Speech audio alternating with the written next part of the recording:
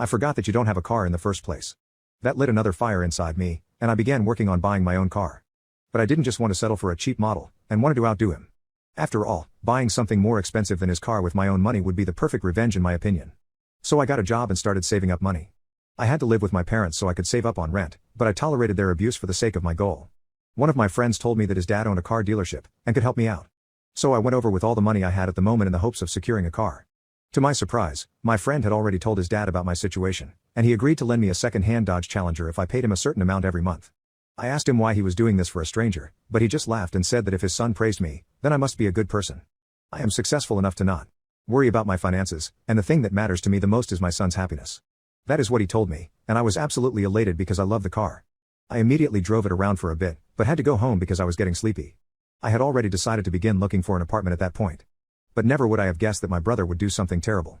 He saw my car parked in the driveway and threw a tantrum to our parents about how it was unfair that my car was better than his. But since I had bought it with my own money, there was nothing they could do for him. Thinking that I had finally gotten some payback, I went to sleep and put my car keys on my desk. But when I woke up the next day, I noticed that the keys were gone. I rushed outside and was shocked to see that the car was also missing, and so was my brother.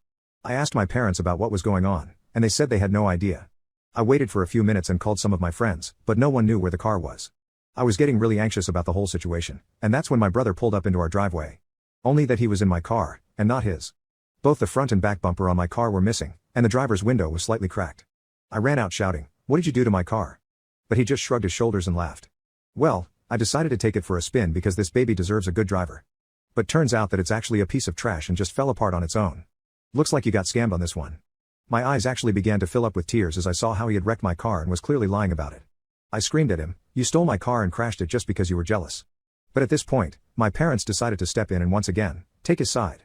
My mother hugged him and asked if he was alright, while my dad said, "You can't accuse someone like that. He wouldn't lie about crashing your car, and you need to believe your family's words." When I pointed out that he had literally stolen my car, they said that he only borrowed it and that I should just let it go. They didn't even wait for my response and just began walking back inside. But little did they know, I had a trick up my sleeve. You see, I already knew that the golden child was going to try something like this, and prepared for it by installing a camera inside my car.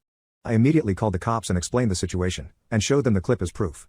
They knocked on my door and to the absolute horror of my parents, arrested my brother for stealing my car.